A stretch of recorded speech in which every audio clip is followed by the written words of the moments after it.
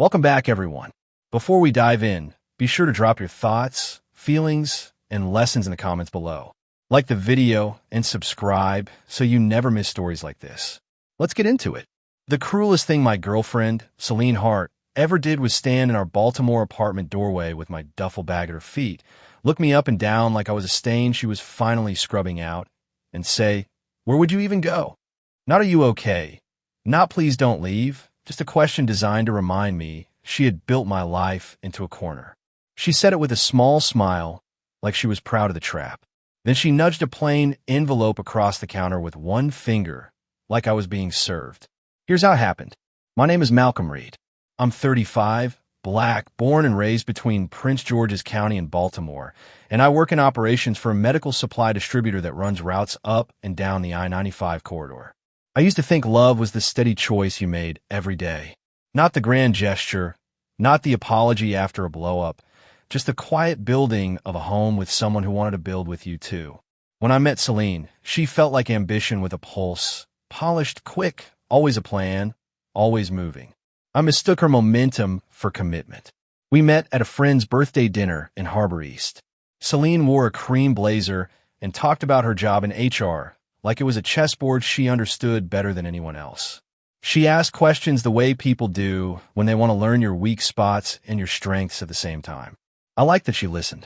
She laughed easily, and when she followed me outside afterward to say she had a good time talking to me, I felt that rare relief of being chosen on purpose. We started dating, and it moved quickly, but it didn't feel reckless at first.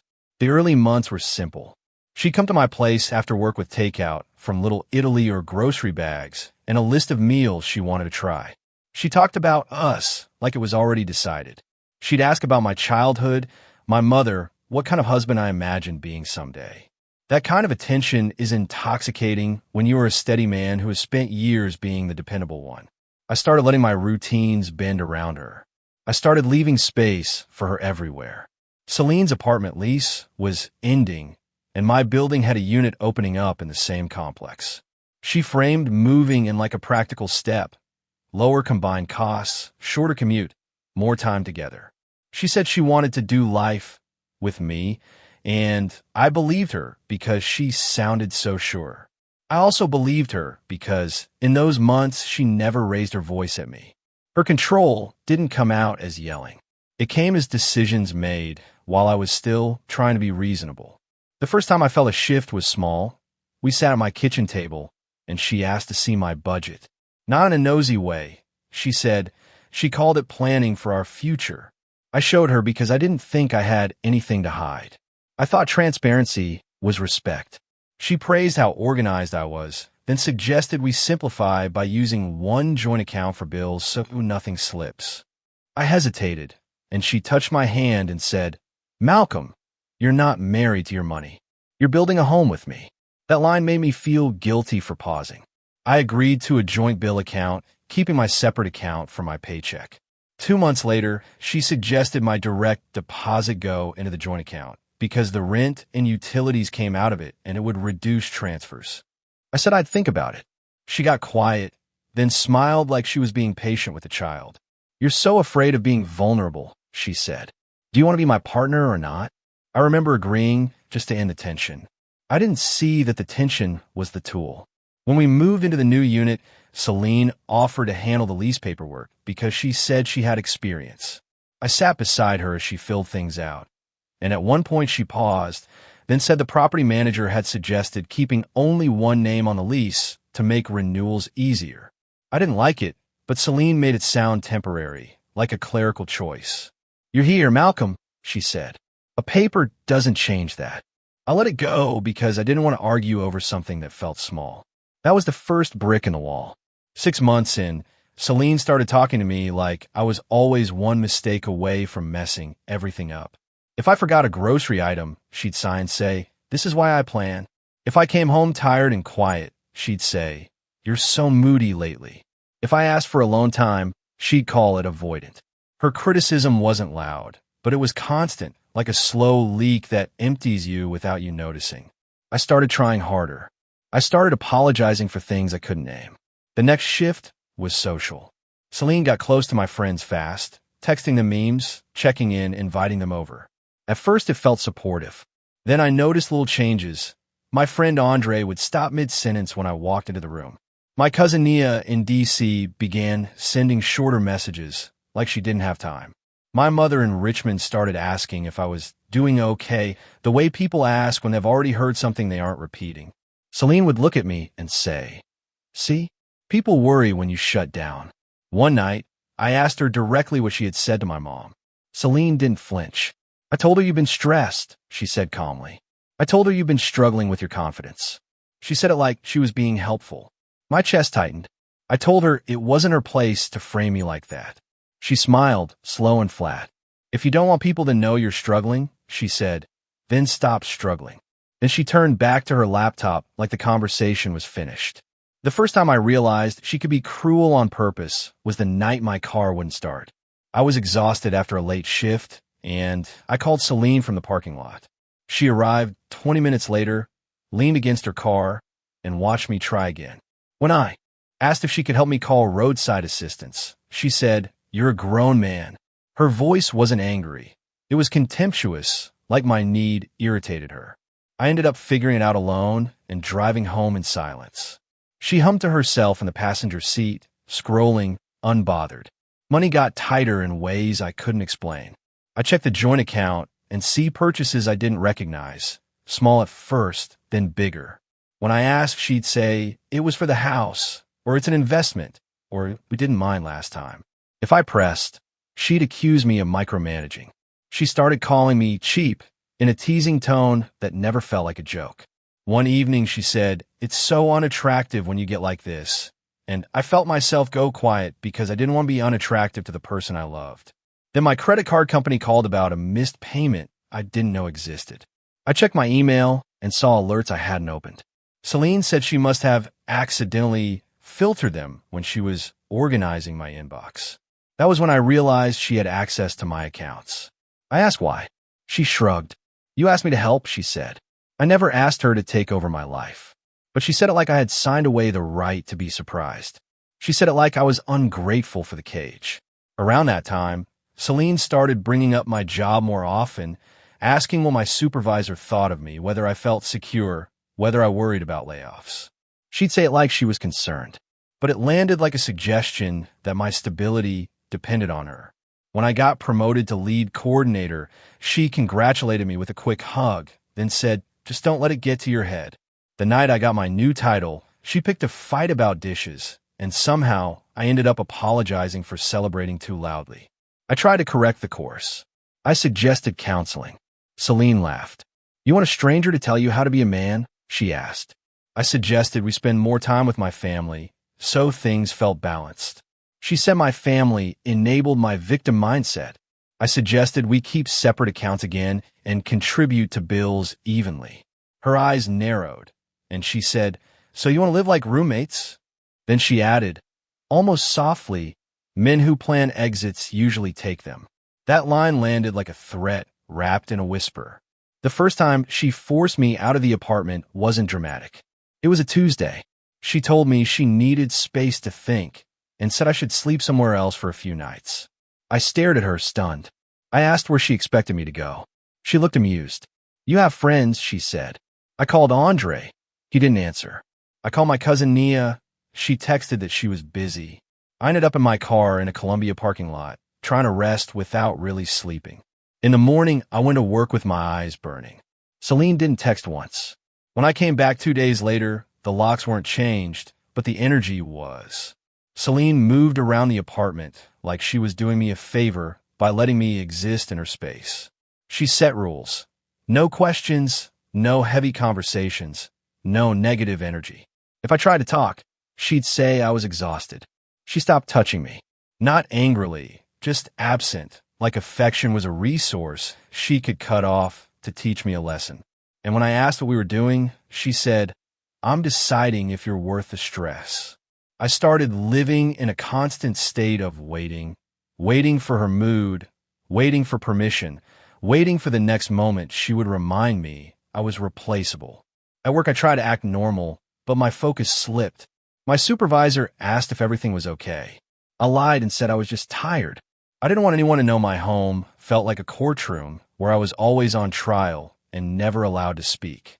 The shame was heavy because I had built an identity on being competent, and now I could not even manage my own relationship. The betrayal that changed everything came from a place I didn't expect, my own circle.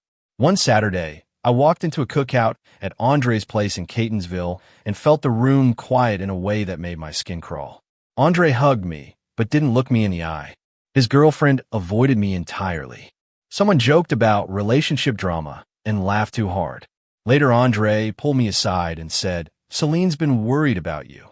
The way he said it made me feel like he was talking about a problem, not a friend. I asked what she told him. He hesitated. That hesitation cracked something open.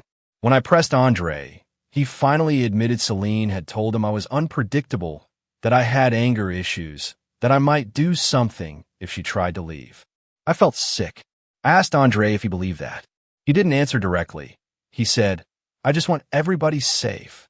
That sentence hit like a slap. I walked out of the cookout and sat in my car, hands shaking, trying to understand how Celine had turned my own people into witnesses against me. She hadn't just isolated me. She had contaminated me in their eyes.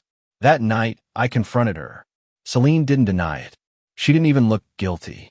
She leaned against the kitchen counter, arms folded, and said, "I told them the truth. If it makes you uncomfortable, maybe you should change." I asked her why she would paint me as dangerous. She shrugged. "It keeps things calm," she said, as if reputation was a leash. Then she added, almost bored, "You're not leaving anyway." That was the moment something in me went cold. Not rage, not revenge, just clarity. I realized she had been working from the assumption I was trapped. I started paying attention like a man who had finally accepted he was in trouble. I checked bank statements carefully. I found charges tied to subscriptions I never agreed to and cash withdrawals I could not explain. I checked my credit report and saw a store card open in my name. When I asked Celine about it, she said it was for home stuff, then rolled her eyes and said, "Do you want receipts for everything?" I said yes. She laughed. "You are not built for adulthood," she said. She didn't know that sentence pushed me into action. The next morning, I went to my lunch break and sat in my car with my phone and my hands steady for the first time in months. I called my bank and asked how to separate accounts. I called my credit card company and asked about unauthorized activity. I froze my credit. Each call was humiliating because I felt like I was admitting failure. But each call also felt like pulling air into a room that had been sealed shut. By the end of that week, I opened a new bank account only in my name, rerouted my direct deposit, and changed every password I could remember. I didn't tell Celine. I moved quietly because I understood now that any warning would trigger her to tighten the trap. I began moving my important documents, passport, birth certificate, social security card, into a locked drawer in my office. I took photos of statements. I printed records. I started a plain notebook and wrote down dates, times, and things she said. Not because I wanted drama, but because I wanted reality. When someone has been rewriting your life, you need evidence just to trust your own memory. I also looked for a place to live. Not a brand new apartment, not a flex, just a clean, small one-bedroom in Columbia, Maryland, close enough to commute, but far enough to breathe. I toured it on a weekday morning, signed the lease with my own money, and felt my throat tighten when I held the keys. I sat in the empty unit for 15 minutes, listening to the silence. It didn't feel lonely. It felt honest. The only person who knew was the leasing agent and my attorney, because by then I had decided to speak to someone who understood the legal edges of what was happening. The attorney, Renee Whitaker, was a black woman in her 40s with a calm voice and eyes that didn't soften when I tried to minimize what had happened. I told her I wasn't married. I told her it was just my girlfriend. I told her it probably wasn't that serious.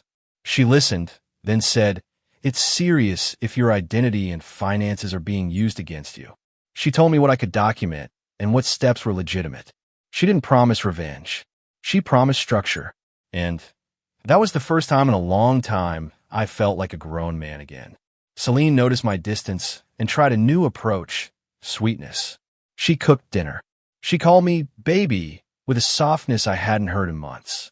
She asked if I was okay and touched my arm as if we were normal. For one evening, I almost wanted to believe it. Then she asked casually if I could increase my contribution to the bills because she had a lot going on. The timing was too perfect. The affection felt like a transaction. I told her I'd look at the numbers later. Her smile stayed, but her eyes hardened. "Don't start acting weird," she said. "I don't have patience for that." 2 days later, she forced me out again, more aggressively. She said she wanted me gone for the weekend because she needed to reset. When I asked if she was having someone over, she gave me a look that said my question was beneath her. "Even if I was," she said, "what would you do about it?" My face got hot. I said I live there too. She pointed at the lease folder in the drawer and said, "Do you?" And she opened the front door and waited. I walked out because I could feel how close the situation was to becoming something she could weaponize even more. I drove to my new place in Colombia and sat on the floor, shaking. That weekend, I cried in a way I hadn't cried since I was a kid. Not loud, not dramatic, just silent tears in an empty apartment, feeling the weight of how far I had let things go.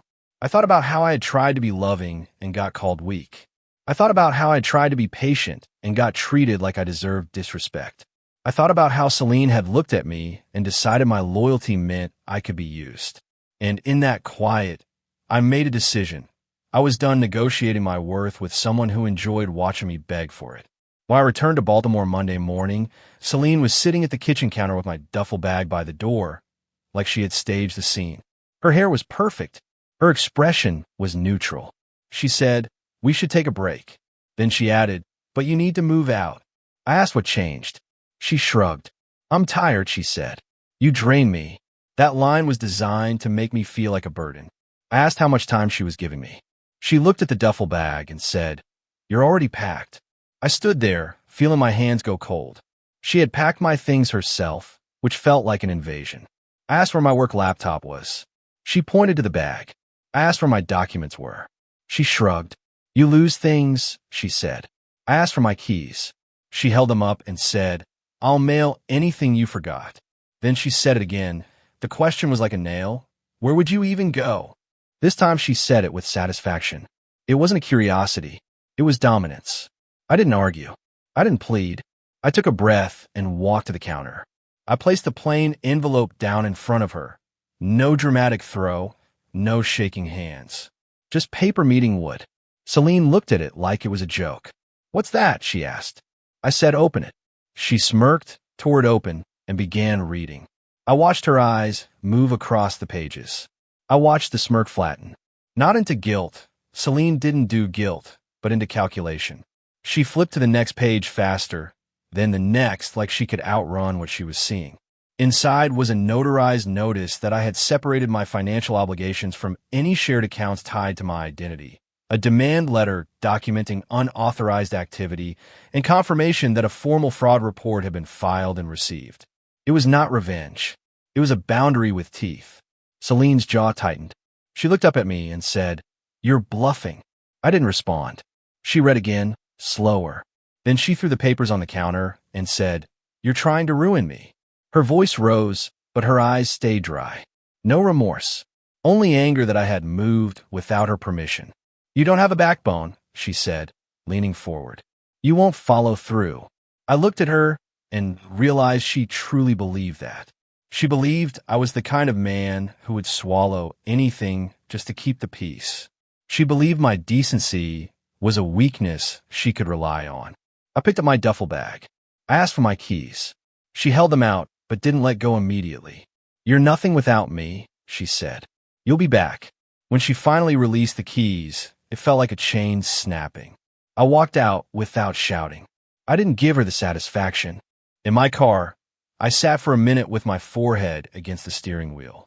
The humiliation still lived in my body, but it was no longer steering me. I drove to Columbia. I carried my bag into my quiet apartment and locked the door behind me. That lock was the first time I felt safe in months. I texted my mother one sentence. "I moved out. I'm okay. I'll explain soon." She responded immediately, worried, and I could feel how much damage Celine's story had already done. I told myself I would repair it, but I wouldn't do it by begging. I would do it by living the truth. The next week was hard in a different way. Instead of chaos, there was paperwork and silence. The bank contacted me with questions. The credit bureaus confirmed the freeze. Renee Whitaker asked me to send screenshots and statements and timelines.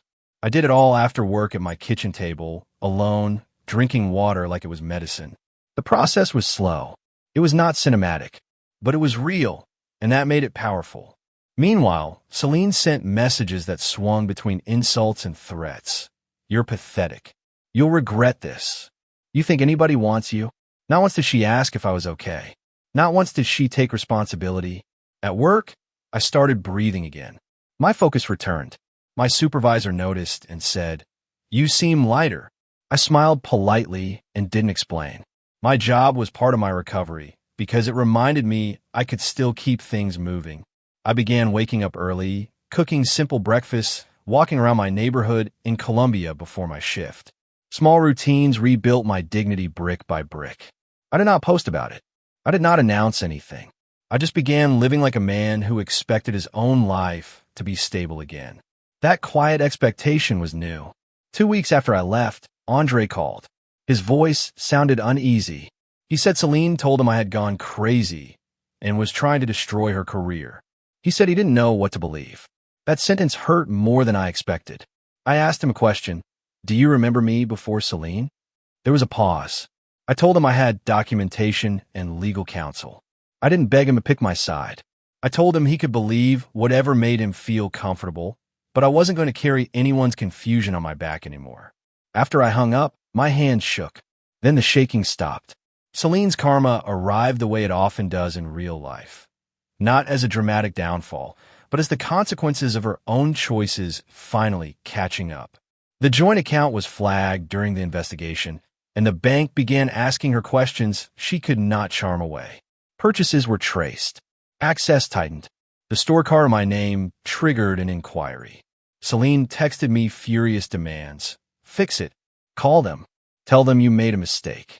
It was almost laughable how she expected me to clean up what she had done. When I didn't respond, she sent a voice note calling me a coward.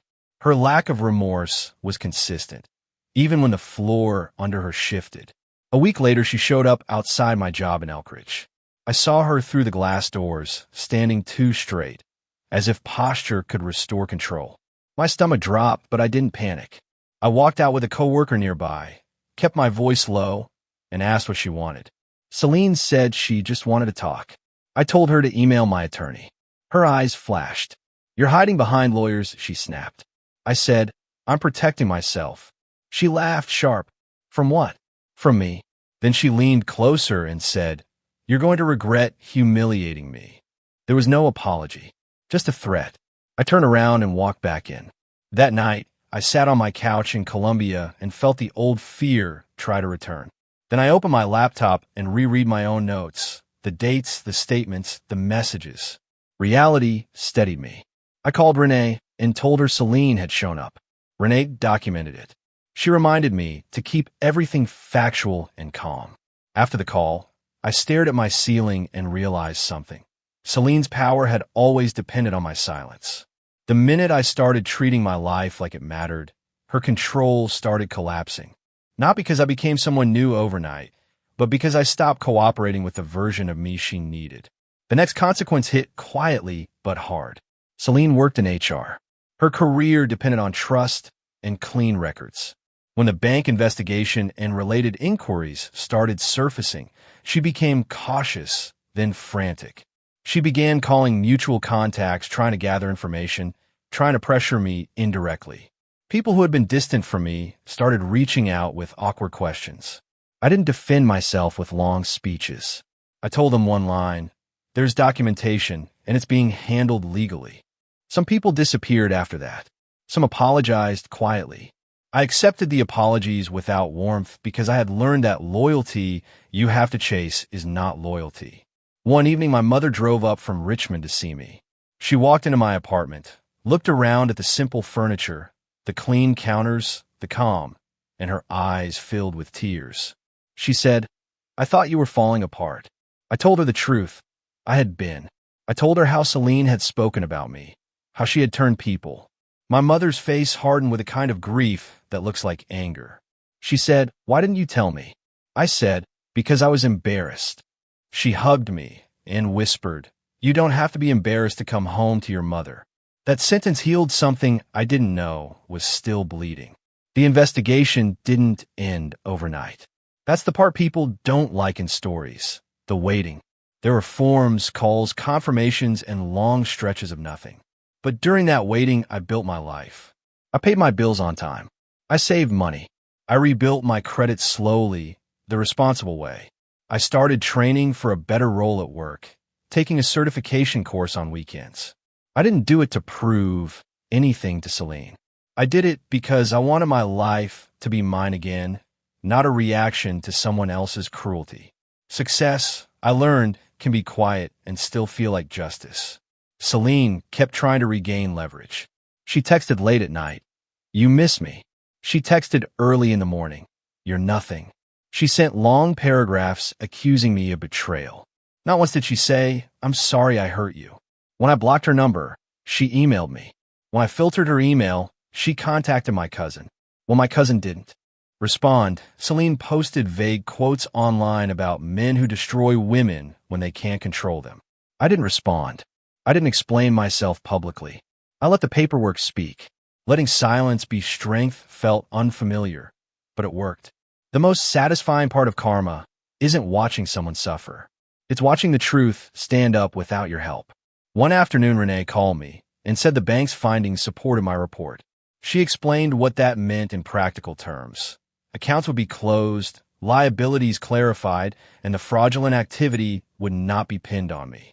I sat at my kitchen table in Colombia and felt my shoulders drop for the first time in a year. It wasn't joy like fireworks. It was a relief like clean air. I thanked her, then sat there quietly, letting my nervous system understand it was safe to unclench. A few days later, Andre texted me. He said he was sorry. He said he should have trusted what he knew about me. He said Selena tried to get him to back her up on a story that didn't make sense anymore. I read the message twice. I didn't feel victory. I felt tired. I told him, "I accept your apology, but things won't be the same." He asked if we could talk. I said maybe later. That boundary was part of my comeback too. I didn't need to punish people. I needed to stop letting people access me without care. Celine's own consequences came in the form of her choices closing doors she assumed would stay open. She began missing work. She became sharper with coworkers. She tried to intimidate people the way she had intimidated me. In HR, that kind of behavior does not stay hidden forever. A friend of a friend later told me Celine had been placed under review. I didn't celebrate. I didn't call anyone. I didn't take a victory lap. I just sat with the quiet truth that power built on manipulation is unstable. Eventually, the structure collapses under its own lies, because lies require constant maintenance. The final message Celine ever sent me came from a new number. It was short, bitter, and still without remorse. "You ruined my life. You were supposed to have nowhere to go." I stared at it for a long time. Then I deleted it. I didn't respond because I finally understood something. Celine didn't miss me. She missed the version of me that made her feel safe in her cruelty. She missed having someone to blame and control. My comeback was not arguing with her definition of reality. My comeback was refusing to participate in it at all. A month later, I ran into Celine by accident in a grocery store in Laurel. I saw her in the aisle, reaching for something, and for a moment my body reacted like it used to. Tight chest, alert eyes. Then I noticed the difference. She looked smaller, not physically, but in presence. The confidence was still there, but it had an edge of strain, like a mask worn too long. She saw me, and her face hardened. She didn't apologize. She didn't soften. She looked me up and down and said, "So you're still pretending you're the victim?" I said calmly, "Take care, Celine," and walked away. My hands didn't shake. That was the real victory. Over time, people who truly knew me returned in quiet ways. My cousin Nia called and admitted Celine had told her I was unstable and that she should keep distance for safety. Nia said she felt guilty but didn't know what to do. I told her the truth without dramatics.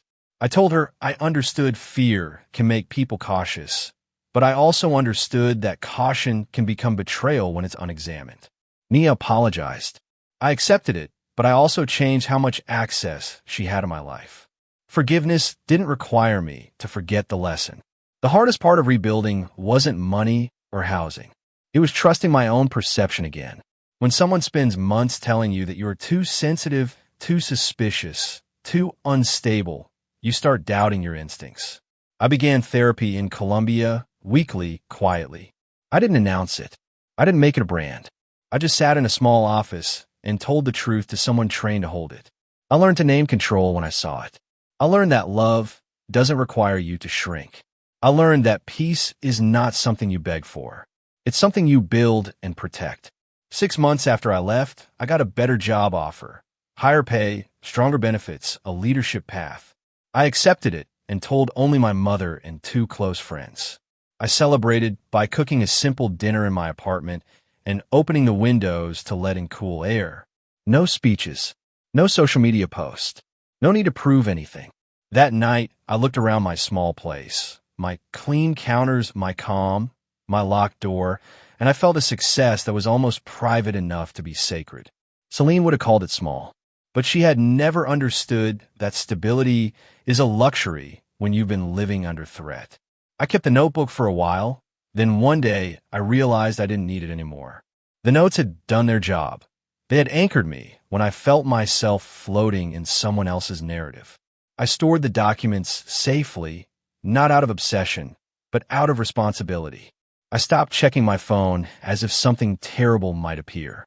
I stopped bracing for the next insult.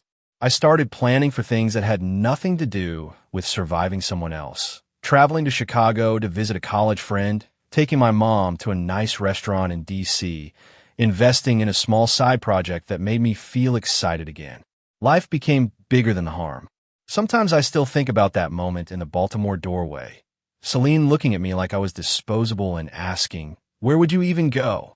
I think about how close I came to believing her. And I think about how the comeback wasn't a dramatic confrontation. It was paperwork, boundaries, and the slow return of my own dignity. It was learning not to chase the people who turn away.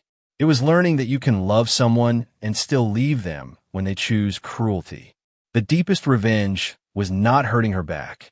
It was becoming unreachable to her chaos. The last thing I heard, months later, came through a quiet chain of acquaintances. Celine had moved out of the Baltimore apartment, downsized, and was telling anyone who would listen that I set her up. She was still angry, still unwilling to own anything. That part didn't surprise me. People who never feel remorse don't suddenly discover it, just because consequences arrive. They just look for a new target. And that, to me, was the final proof that leaving was right. I didn't need her to admit what she did for it to be real. I had lived it. Today, my life looks ordinary in the best way. I wake up in Colombia, make coffee, go to work, and come home to a space that feels like mine. My credit is clean again. My savings is steady. My relationships are smaller, but real. I don't argue about my worth anymore. And when I think of Celine's question, where would you even go? I finally have an answer that doesn't require explaining to anyone. I would go to myself. To the man I was before I got convinced that love meant tolerating disrespect. To the life I rebuilt quietly, carefully, and successfully without needing her permission. If this story hit you in the chest, don't just watch, join the channel family. Subscribe and turn on the bell, because these stories are for people rebuilding quietly after betrayal. And comment safe if you're choosing peace over chaos this year. I pinned something important in the comments. Go read it. The end.